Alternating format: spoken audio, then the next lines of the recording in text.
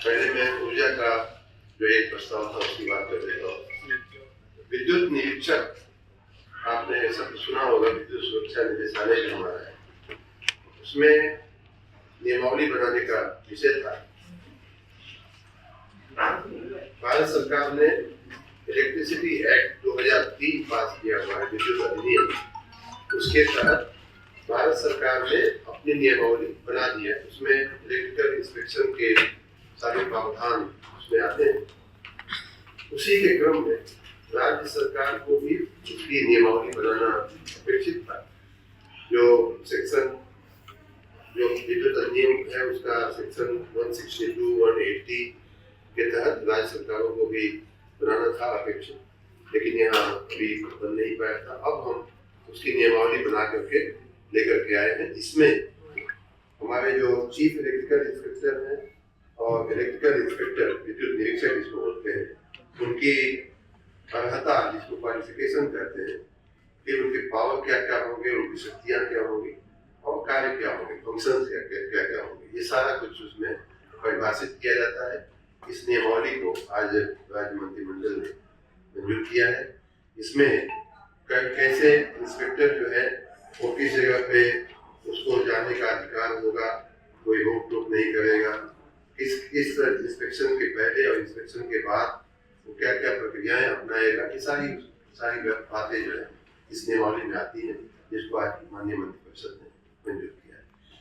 नगर विकास विभाग के कुछ 4 प्रस्ताव थे, जिसमें एक महत्वपूर्ण प्रस्ताव था कि हमारा जो संपत्ति कर है वो हमारे नगर निगमों में, नगर पालिकाओं में, नगर पंचायतों में संपत्ति कर का जो व्यवस्थापन होता है तो नगर निगमों में नगर निगम अधिनियम 1959 की धारा 172 में ऑलरेडी प्रावधान किया हुआ है। और उस प्रावधान के तहत जो हमारा अधिनियम है उसके प्रावधानों के तहत सन 2000 में आवासीय भवनों के लिए और सन 2013 में अनावासीय भवनों के लिए नियमावली भी बन गई। यहाँ तक नगर निगमों का सवाल था, उनकी दोनों नियमावलियां बन चुकी हैं, आवासीय और अनावासीय, 2000 और 2013 में। और उन्हीं प्रावधानों को जो एक्ट में, जो नगर निगम अधिनियम में प्रावधान थे, उसी को नगर पालिका अधिनियम में समाहित करते हुए, लेते हुए नगर पंचायतों और नगर पालिका परिषदों के लिए भी कानून का वही चीज जो है कानून में लेकर के कानून प्रावधानित कर दिया गया, कानून इनेक्ट कर दिया गया, पास कर दिया गया। लेकिन उसके तहत जो नगर पालिका और पंचायतों के लिए जो नियमावली बननी चाहिए थी, कानून होता है उसके बाद नियमावली बनती है जिसमें डिटेलिंग आती है, वो नियमावली बनाने का काम रह गया था, जिसे आज हम लोग माननीय मंत्रिपरिषद के समक्ष लेकर के आए थे और उस नियमावली को माननीय मंत्रिपरिषद ने मंजूर किया है। इसमें कैसे कैलकुलेशन होंगे, कैसे कितनी पुरानी संपत्ति है तो कितना उसका दर होगा, ये करना इसलिए इस समय आवश्यक था कि भारत सरकार का इसका बहुत आग्रह था कि इस नियमावली के बिना हम जो है कोई ग्रांट नहीं देंगे। खास करके 15वें वित्त आयोग की जो ग्रांट आती है वो, और विभिन्न योजनाएं जैसे कि अमृत 2 में जो पैसा आपको मिलता है उसके पैसे में भी रोक हो रही थी भारत सरकार के द्वारा। भारत सरकार का बहुत आग्रह था कि इसमें तात्कालिक आप नियमावली बना करके जो रेट वगैरह निर्धारित कीजिए। उस नियमावली को आज माननीय मंत्रिपरिषद ने मंजूर किया। तीसरे नगर निगम की नियमावली सन 2000 आवासीय भवनों के लिए और 2013 में अनावासीय भवनों के लिए ऑलरेडी प्रख्यापित हो चुकी थी। और नगर नियम का जो कानून था वही नगर पालिका अधिनियम में भी ले लिया गया, लेकिन उसके तहत जो नगर पालिकाओं और पंचायतों के लिए जो नियम बनने चाहिए थे वो नहीं बने, वो हमने करके आए। अगला प्रस्ताव था अयोध्या में सीवरेज का एक नया प्रोजेक्ट डालने का। सीवरेज की अयोध्या की जो रचना है उसमें मैं आपको थोड़ी जानकारी दे दूं तो मुख्य धाम का जो क्षेत्र है वहाँ अमृत वन में लगभग 133 किलोमीटर की ऑलरेडी सीवरेज डालने की योजना ऑलरेडी चल रही है, अमल में। वो पहले से मंजूर होकर के उसका अमल हो रहा है जिसमें 20,000 घरों को कनेक्शन देना लक्षित है और वो योजना ऑलरेडी आगे बढ़ रही है। लेकिन उसके थोड़ा बाहर का जो विस्तार था, जिसको कैंट एरिया, जो लोग परिचित है कैंट एरिया वगैरह उदाहरण के रूप में, वहां सीवेज की व्यवस्था नहीं थी, तो उसको व्यवस्था करने के लिए 351 करोड़ रुपए की योजना अमृत 2 में लेकर के हम आए थे और जिसको आज माननीय मंत्रिपरिषद ने मंजूरी दिया है।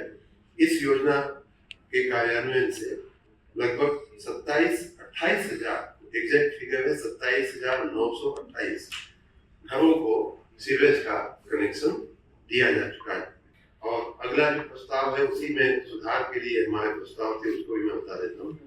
ये तो अयोध्या की बात होगी। 351 करोड़ रुपए से के खर्च से 351.40 करोड़ रुपए के खर्च से 28,000 घरों को सीवेज कनेक्शन देने के लिए योजना को आज मंत्रिपरिषद ने मंजूरी दी। कैंट एरिया के बाद उसमें कैंट का भाग विशेष रूप से आता है। फर्स्ट फेज का भी कुछ रह गई। फर्स्ट फेज का जैसा मैंने बताया कि 133 किलोमीटर की योजना ऑलरेडी अमल में है, अमल उसका शुरू हो गया। ये एडिशनल है, ये उसके अतिरिक्त है, ये दूसरी योजना है। हाँ, एसटीपी बनेगा, बिल्कुल बनेगा। उसमें बहुत सारे काम उसमें होने हैं और आपको डिटेल चाहिए तो मैं देखूंगा। उसमें सीवर का पूरा नेटवर्क जो है वो 1,26,472 आरएम होता है। फिर सीवर के भी कनेक्शन जो हमने बताया 27,928 घरों को कनेक्शन देना है। फिर इसमें पंपिंग स्टेशन बनेंगे 4, स्टाफ क्वार्टर बनेंगे 4, मीटर रूम बनेंगे 4, एसटी और पैनल रूम बनेंगे 4। काफी कुछ इसमें डिटेल इतना। ये एसटीपी कहाँ पे बनेगा? ये कहाँ पे बनेगी? जी एसटीपी अब इसका अगले फेज में हम लोग सबको मिला करके एसटीपी का ये एसटीपी जो अमृत 1 में जी वो उसका मैं बता रहा हूँ।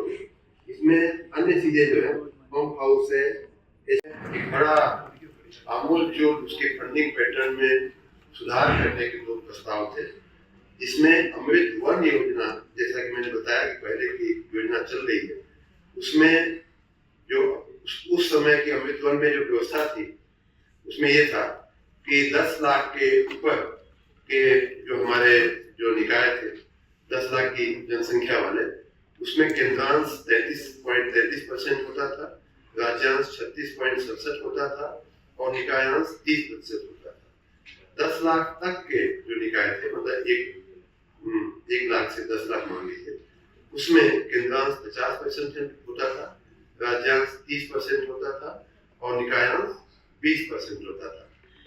अब उसमें जो निकायों की आर्थिक परिस्थितियां देखते हुए निकाय अपना अंश जो है दे नहीं पा रहे थे, बहुत सारा बकाया उनके ऊपर हो जा रहा था। ऐसे निकायों को राहत देते हुए बहुत बड़ा निर्णय आज माननीय मुख्यमंत्री जी के आशीर्वाद से माननीय मुख्यमंत्री जी ने और माननीय मंत्रिपरिषद ने लिया है। जो निकायांश 30% था उसे घटा करके 15% कर दिया गया। किस आबादी वाले में सर? 10 लाख की 1 से 10 लाख फेज 1 में ही नहीं, हम जनरल स्कीम के पैटर्न की बात कर रहे हैं। अमृत 1 की बात कर रहे हैं, सभी निकायों की बात। और जो जहां 10 लाख तक के निकायों के लिए, जैसा मैंने बताया, 20% हुआ करता था, उसको घटा करके 10% हो गया, 10% कर दिया गया है।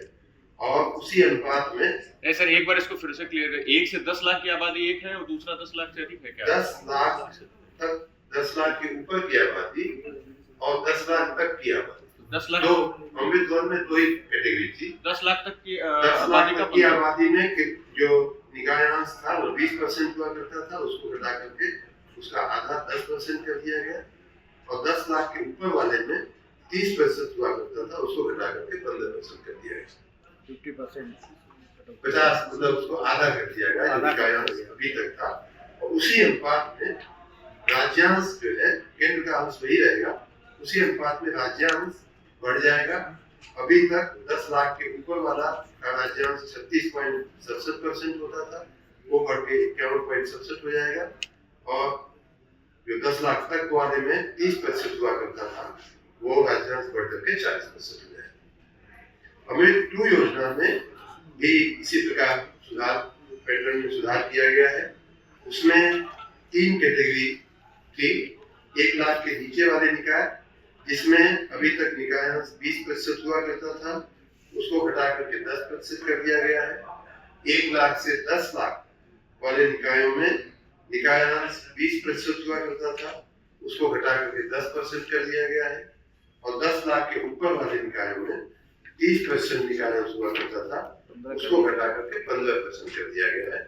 मतलब अभी तक जो निकायांश हुआ करता था उसका आधा कर दिया गया है। और ये वर्तमान और जो अमृत 1 की जो योजनाएं पहले की थी उस पर भी ये लागू होगा। निकायांश जो एक तरह से इनको काफी लाभ